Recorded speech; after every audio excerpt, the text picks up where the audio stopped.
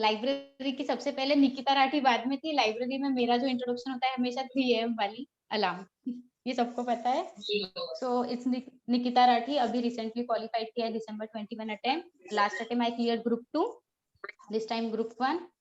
और लाइब्रेरी की शुरुआत एवरीवन नो कि there are hardly 7-8 peoples when we started library. Continuation में 7-8 लोग थे, जिसमें से मैं अगर नाम रिकॉग्नाइज करूँ तो शैलेश, विशाला एनु एंड 3-4 मोर्स, बट आई थिंक अभी नहीं है वो यहाँ पे प्रेजेंट। ऐसे करके मैंने लाइब्रेरी स्टार्ट की।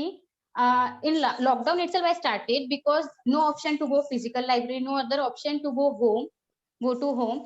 सो I started with library only. मैं जस्ट ट्रायल बेसिस पे एंटर की थी जब मैंने फर्स्ट टाइम लाइब्रेरी की, लेट्स सी कि क्या होता है लाइब्रेरी, ये वर्चुअल वर्ल्ड कैसे चलता है।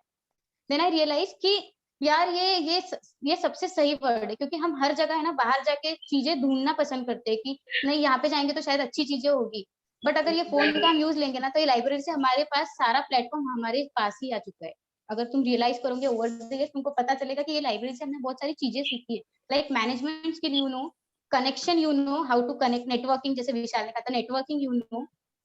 और उसके बाद तुमको यहाँ पे इतनी सारी हेल्प मिलेगी ना, व्हेनेवर यू फील डिमोटिवेटेड तुमको यहाँ से मोटिवेशन, मतलब तुमको देने वाले तुम्हारे मिरर्स दिखेंगे। जब तुम लाइब्रेरी खोलोगे ना तो तुमको अपने आप दिखेगा कि ये पढ़ रहा है, ये पढ़ रहा है, ये पढ़ रहा है, आई हैव टू लर्न। ऐसा करके लाइब्रेरी स्टार्ट हुआ। अब मेरी अगर प्रिपरेशन ट्रिक्स के बारे में है तो मैंने कभी आज तक जैसे पढ़ाई के लिए टाइम टेबल नहीं बनाया। आई यूज अभी इस अटेम्प्ट के लिए I use to make time table for breaks. मतलब क्यों 24 आवर्स का मुझे ब्रेक बनाना है पढ़ाई को लेके, मैं बनाती थी ब्रेक। अभी मैं मतलब ब्रेक्स के लिए मैं टाइम टेबल बनाती थी कि हाँ 5 hours is necessary for sleep, 1 hour is necessary for other activities and 1 hour other and 1 hour ऐसा। तो 8 घंटे का मेरा ब्रेक रहेगा। Other than this I have to just study. तो ये रहता था मेरा प्रिपरेशन टिक्स के लिए। मैंने कभी एक चीज बोल सकते कि मत बनाओ ब्रेक, पढ़ाई के लिए कभी टाइम टेबल मत बनाओ, बनाना है तो ब्रेक्स के लिए बनाओ। Second is revision. अगर मैं बोलूँ तो हमेशा उल्टा चलूं। मतलब अभी इस अटेम्प्ट को मैंने जो नया किया था कि फेलियर टू पास, इस स्ट्रेटेजी से मैं चली। सो रिवीजन को लेके मैंने रिवर्स स्ट्रेटेजी बनाई थी कि मुझे जो बनाना है जो लास्ट मेरे मिनिमम 3 रिवीजन होनी चाहिए पेपर के पहले। तो उस 3 रिवीजन के लिए मुझे सबसे पहले जो लास्ट रिवीजन लगेगी वो 1.5 days वाली, यानी मेरी 2 दिन वाली रिवीजन स्ट्रेटेजी लगेगी। तो उसके लिए मैं पहले डेज पेयर में निकाल के रखती कि ये मेरे काउंटेबल नहीं है, ये लास्ट रिवीजन है। उसके बाद आई मैं मतलब 3-2-1 पे चलती थी मैं।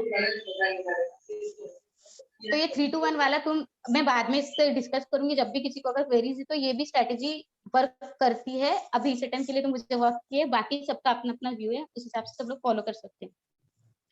और अब एग्जामिशन को लेके इट्स नॉट नेसेसरी कि बहुत से बच्चों की मैंने जो क्वेरीज देखी लाइब्रेरी में कि कौन सी बुक फॉलो करनी चाहिए, ये ऑथर की बुक, ये ऑथर की ये नोट्स, मैं समरी नोट्स प्रिपेयर करूँ, ऐसा नहीं है।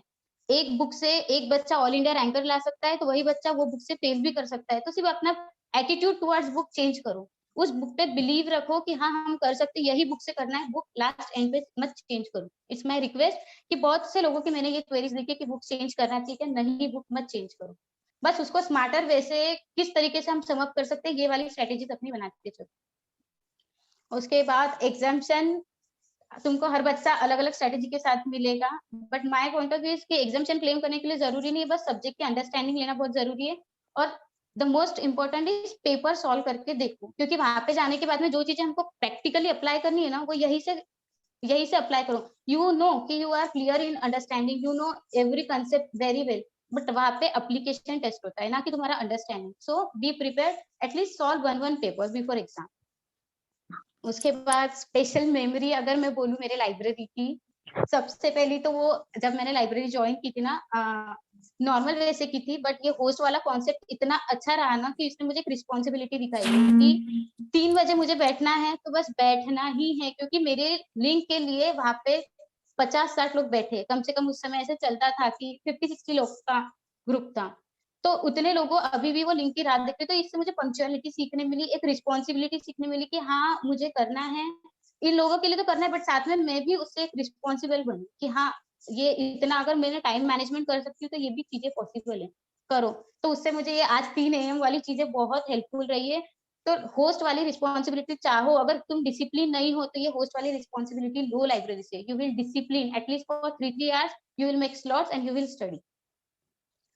स्पेशल मेमोरी, साइना नेहवाल वाली जो हमने मूवी देखी थी, तुमको ये लाइब्रेरी से ऐसे बाहर जाने की जरूरत नहीं कि यहाँ पे एंटरटेन नहीं होता, तो ऐसा नहीं है कि यहाँ पे सिर्फ स्टडी होती, you will get break in between, तुमको यहाँ पे मस्ती भी मिलेगी, तुमको ग्रुप डिस्कशन से भी हेल्प होंगी, क्योंकि ग्रुप डिस्कशन सिर्फ पढ़ाई को रिलेटेड नहीं, तुम्हारी हर तरीके की चीज यहाँ पे सॉल्व होती है।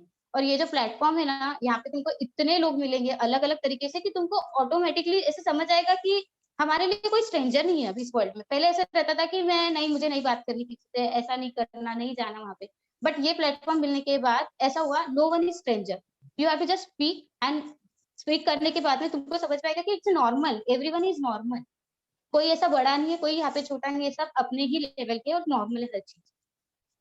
और सबसे पहले अगर मैं मोटिवेशन फैक्टर बोलूँ, मोटिवेशन जरूरी नहीं है कि तुमको कोई आके यहाँ दे और तुमको हर बार मोटिवेशन वीडियोस देखने पड़ेंगे। तुम्हारा पहले ना मोटिवेशन के लिए तुम्हारा रीजन क्लियर होना चाहिए कि मेरे को क्यों करना है।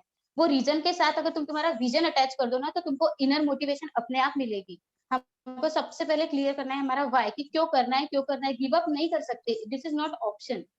ये तुम छोड़ के चले जाओगे ना, ये हर चीज, हर कोर्स में तुमको नए से ही एंटर करना है। सो इट्स बेटर कि तुम यहाँ पे कंटिन्यू करो, इतने अच्छे दोस्त मिले हुए, इतने अच्छे कलीग्स मिले हुए, और इस चीज को यूजफुल लो। मैं हमेशा बोलूंगी ये library is best platform to study, but फिर भी अगर किसी को कुछ भी लगता है तो they can message me, even they can call me any time. बस, और special thanks to virtual library कि जिसके चक्कर आके मैं मतलब आज यहाँ तक मैं पहुंच पाई। नहीं तो शायद निकिता आज भी CA inter, CA finalist, semi qualified stage पे रहती थी, बट ये सीए निकिता का बोलते हैं ना सपोर्ट सिस्टम, ये लाइब्रेरी है। So thank you everyone to be there. Thank you, Nikita, for your very interesting story actually. So